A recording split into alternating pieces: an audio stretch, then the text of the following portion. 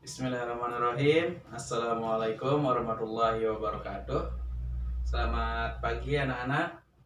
Bagaimana kabarnya hari ini? Bapak harap semuanya baik-baik saja, sehat walafiat, selalu dalam lindungan Allah Subhanahu wa taala. Baik, alangkah lebih barokahnya sebelum kita memulai pembelajaran pada pagi hari ini, terlebih dahulu kita sama-sama membaca basmalah. Bismillahirrahmanirrahim. Selanjutnya Bapak akan mengecek kehadiran anak-anak. Adakah yang tidak masuk hari ini? Oh, tidak ada. Baik. Jadi kita akan lanjut pembelajaran tentang materi kelompok sosial.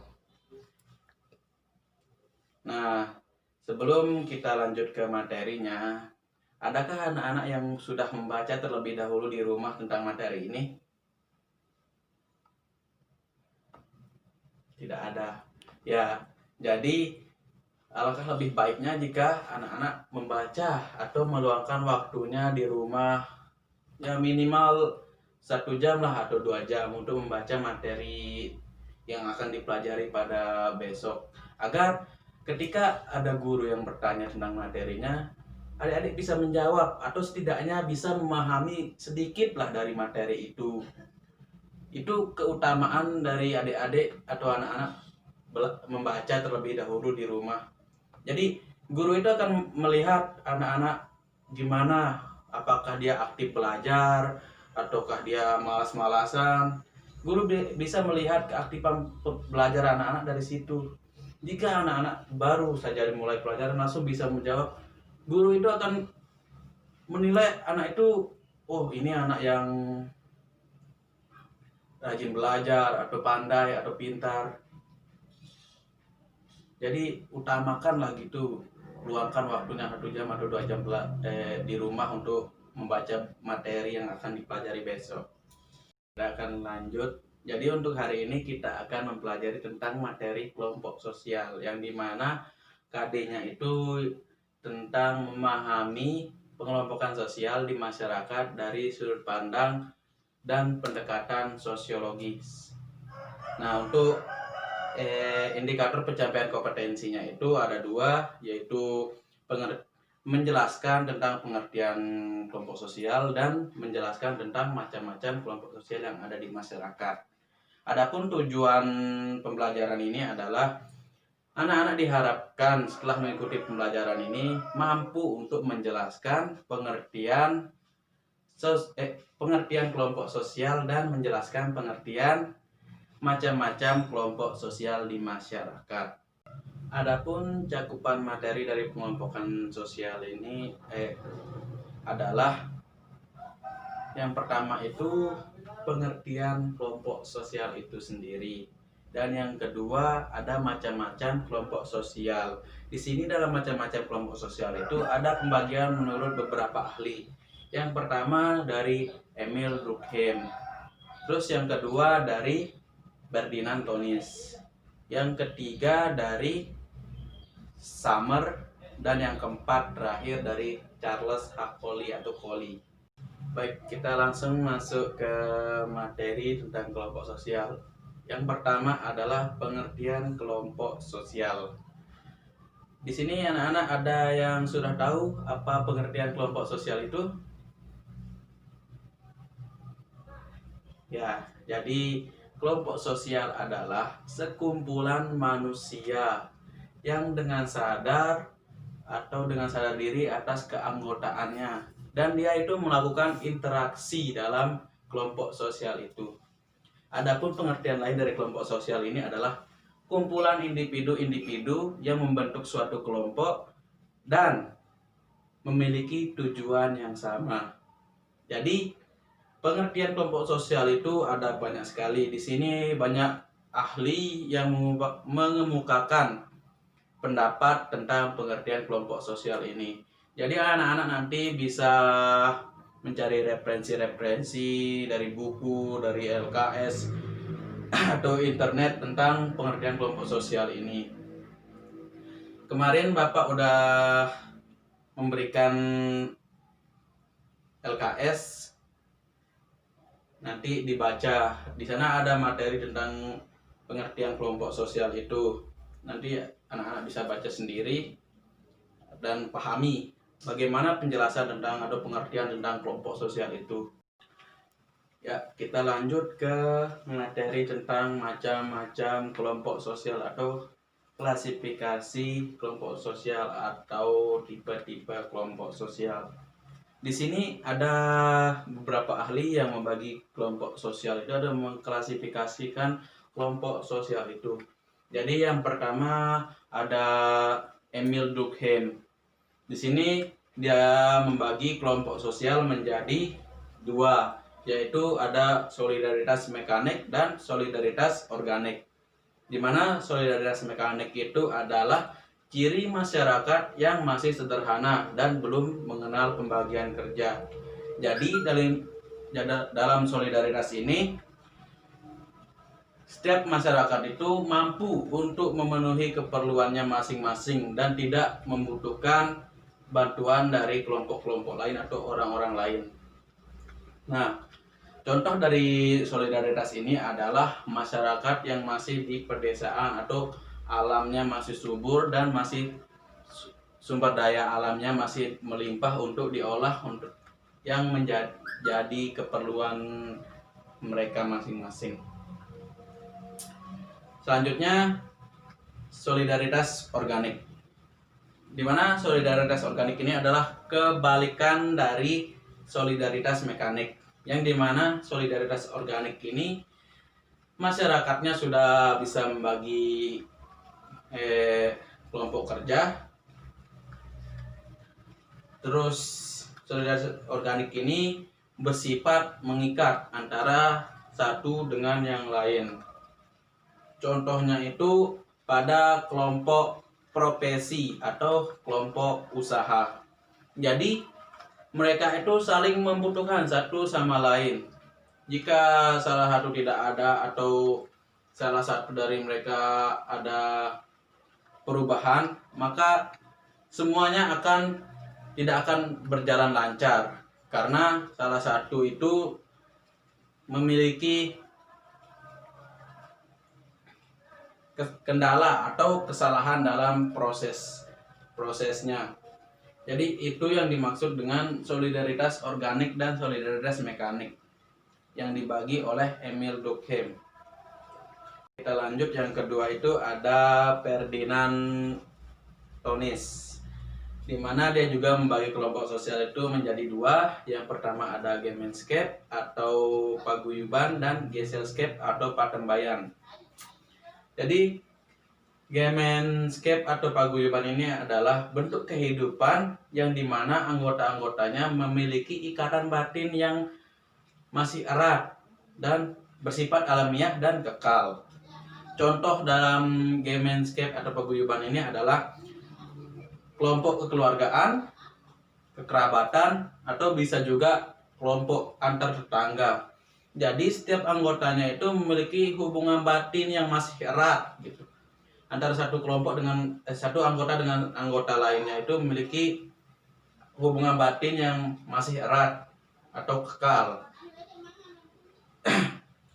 Ya, itu yang dimaksud dengan kelompok sosial Gemeinschaft atau paguyuban. Selanjutnya, kelompok sosial Gesellschaft atau patembayan, di mana di sini bentuk kehidupan publik yang setiap individu itu berkumpul secara tidak sengaja. Namun setiap individu itu masih mandiri.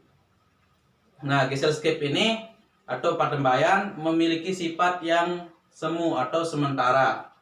Jadi setiap individu itu masih berkumpul dengan orang lain dalam suatu tempat dan memiliki tugas-tugasnya masing-masing. Contoh dari Gesellschaft atau paguyuban ini, patembayan ini adalah kelompok industri atau organisasi politik, yang dimana itu contohnya pada kelompok industri ini setiap pekerjanya itu berdatangan baik dari sekitar lokasi industri itu atau dari luar-luar daerah untuk melakukan pekerjaannya. Jadi setiap individu itu memiliki tugasnya masing-masing, namun dia itu tetap bersifat mandiri antara satu dengan yang lainnya. Jadi dia itu bersifat sementara, karena bisa jadi setiap individu itu melakukan perpindahan atau migrasi ke tempat yang lainnya. Ya, selanjutnya itu menurut pendapat Charles H. Coley atau Coley. Di sini dia itu menyebutkan satu kelompok, yaitu kelompok primer, di mana kelompok ini ditandai dengan pergaulan, kerjasama, dan tatap muka secara intim. Ruang lingkup terpenting dari kelompok primer ini adalah keluarga, teman masa kecil, terus rukun warga, dan kelompok dewasa. Dari tatap muka secara intim ini mengakibatkan setiap individu atau setiap anggota dalam kelompok itu memiliki tujuan yang sama. Jadi kelompok primer ini dapat dikatakan setiap anggotanya itu memiliki tujuan yang sama. Lanjut, dari pendapat Charles H. Coley itu ada seorang ahli yang mengkritik pendapat Charles H. Coley. Dia mengatakan bahwa dalam masyarakat itu tidak hanya ada kelompok primer, namun ada kelompok lain, yaitu kelompok sekunder, di mana dia menjelaskan tentang kelompok sekunder ini adalah kelompok yang bersifat formal atau tidak pribadi, yang memiliki ciri kelembagaan. Contoh dari kelompok sekunder ini adalah koperasi dan partai politik. Jadi kelompok sekunder ini kebalikan dari kelompok primer, yaitu lebih bersifat kelembagaan atau tidak pribadi atau kelompok formal. Selanjutnya menurut Summer, di sini dalam masyarakat primitif yang terdiri dari kelompok-kelompok kecil dan terbagi dari berbagai wilayah, terdapat pembagian jenis-jenis kelompok sosial, di mana menurut Summer itu ada dua jenis kelompok sosial, yaitu in group atau kelompok dalam dan out group atau kelompok luar. Nah, menurut Summer, di kalangan kelompok dalam itu atau in group itu dijumpai persahabatan, kerjasama, terus kekerabatan, dan kedamaian. Sedangkan kelompok luar itu adalah kelompok yang berada di luar kalangan kelompok dalam tersebut. Jadi di luar keanggotaan atau di luar wilayah dari kelompok dalam tersebut. Nah, di sini apabila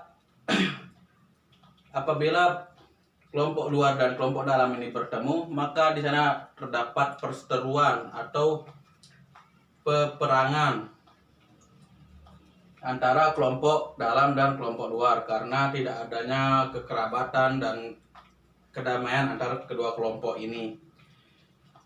Jadi di pendapat Summer ini juga sering dijadikan untuk teori tentang masalah sosial, yaitu tawuran dan masalah-masalah sosial yang berkaitan dengan perbedaan pendapat antara satu kelompok dengan kelompok lainnya.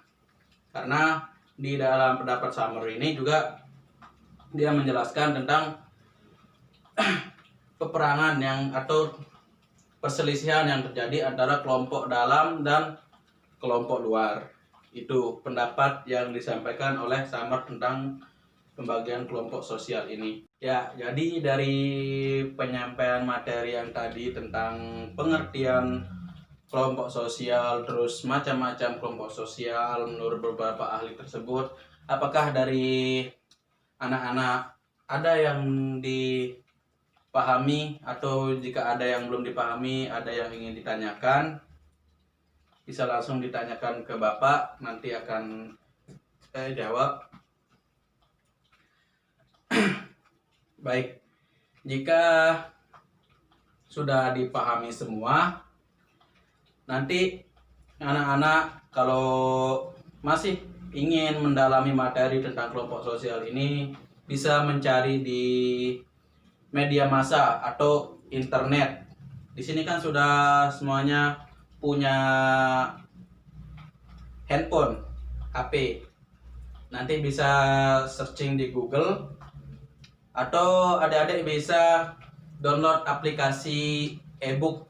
Nanti di sana kalian tinggal download buku kelas 11 di Google. Nanti otomatis dia akan langsung ditampilkan di aplikasi e-book tersebut, dan itu bisa dibaca secara offline. Adik-adik bisa membaca lewat sana tentang materi-materi yang akan disampaikan.